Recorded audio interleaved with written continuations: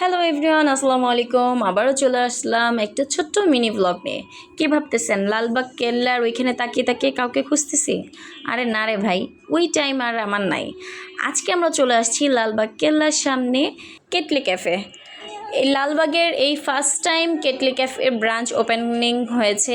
এর আগে ছিল মোহাম্মদপুর। তো যারা যারা কেটলি ক্যাফের খাবার খুব পছন্দ করেন তাদের জন্য তো মাস্ট বি লালবাগ কেল্লার সামনে আসতেই হবে। আর এখানে কিন্তু 3তলা 4তলা 5তলা তিনটাই আউটলেট ওদের। তো যাই হোক, আজকে যেহেতু ফার্স্ট ডে, আজকে আর তর সইল না যে আজকেই খেতে হবে এখানে এসে। আর এখানের পরিবেশটা কিন্তু অনেক সুন্দর করছে, দেখেই মন ভরে যাচ্ছিল। এখানে স্পেসটা ছোট হলো, জায়গাটা পরিমাণ খুব ভালো ছিল আর দেখতে অনেক ইউনিক লাগতেছিল। এখানে কিন্তু ফটোশ্যুটের অনেক সুন্দর সুন্দর জায়গা ছিল। তো জায়গাটা ছোট হলো, আমার কাছে খুব ভালো লেগেছে। আর যারা যারা মোহাম্মদপুর ব্রাঞ্চে গিয়েছেন তারা তো জানেনই মোহাম্মদপুরের ব্রাঞ্চটা কেমন। তো এটা বলার আর কিছু নাই। তো এই দেখতে পারতেছেন আমার আশেপাশে কিন্তু অনেক সুন্দর সুন্দর কিউট কিউট জিনিস করা আছে, যেগুলো দিয়ে সাজানো, পিকচার তোলার জন্য পারফেক্ট আমার মনে হয়েছে। তো এখানের আমি একটু ভিডিও করতেছিলাম। আজকে ফার্স্ট ডেতে কিন্তু অনেক ভিড় ছিল এখানে, যদিও এখানে তেমন কোনো ডিসকাউন্ট কিংবা কোনো অফার ছিল না, তারপরেও এখানে অনেক অনেক ভিড় ছিল। আর ওই যে দেখা যাচ্ছে রেড কালারের একটা লোগো, এটা কিন্তু এই রেস্টুরেন্টেরই লোগো। তো আপনারা লোগো দেখে ফলো করতে করতে চলে আসবেন। আর এটা কিন্তু একেবারে লালবাগ কেল্লার মেন গেটের অপোজিট সাইডে। আর এখানে আমার রাইস বলটার এত বেশি আমি ফেভারেট, আমি কিন্তু ওদের সবগুলো ব্রাঞ্চে গিয়ে কিন্তু এইটাই অর্ডার দিই। আমার খুবই ভালো লাগে এই রাইস বলটা। তো এখানে ছিল রাইস বল, চিকেন, ডাম্পলিংস ছিল। আর কি বলবো, চিকেনগুলো খুবই ইয়াম্মি ছিল।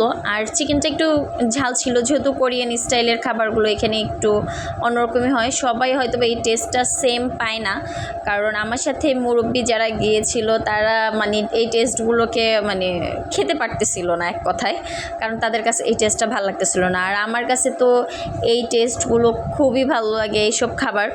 আর এই চিকেনটা কিন্তু খুবই স্পাইসি ছিল আর সসি, তো আমার কাছে খুব ভালো লাগতেছিলো। আমি কিন্তু যদিও খুব স্পাইসি কোনো কিছু খেতে পারি না, কারণ আমি ঝাল সহ্যই হয় না।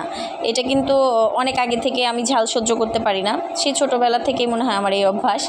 তো যাই হোক, কিন্তু মজা ছিল খাবার সবগুলোই, আমি অনেক মজা করে খাইছি। আর সাথে তো ডাম্পলিংসগুলোর কথা কি বলবো, এতটা জুসি ছিল। আর আমার এখনও কি বলবো, মুখে লালা চলে আসছে খাওয়ার জন্য। আর দেখতে পাচ্ছেন আমি খেয়ে কিন্তু একবারে শেষ করে ফেলছি। ডাম্পলিংস কিছু ছিল, কারণ 8 পিস ডাম্পলিং খাওয়াটা পসিবল না একটা মানুষের জন্য। তো যাই হোক, আমি অনেকটা ট্রাই করছি খাওয়ার জন্য, সবই মোটামুটি শেষ করছি, ফিনিশ করছি। আর সবথেকে মজার বিষয় হচ্ছে, যারা যারা এখনও লালবাগের এই ব্রাঞ্চে যাননি তারা কিন্তু অবশ্যই যাবেন আর এই খাবার টেস্ট করবেন।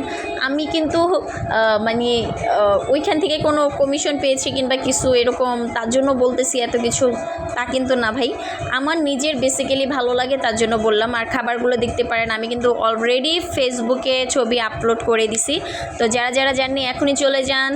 আবার দেখা হবে নেক্সট টাইম। খোদা হাফেজ। আর আমার জন্য অনেক অনেক বেশি দোয়া করবেন। আর অবশ্যই প্লিজ আমার চ্যানেলটা সাবস্ক্রাইব করে দিবেন, প্লিজ প্লিজ প্লিজ। আজকে এই পর্যন্তই। আর আপনারা দেখতে দেখতে থাকেন কি কি খাবার ছিল আর কি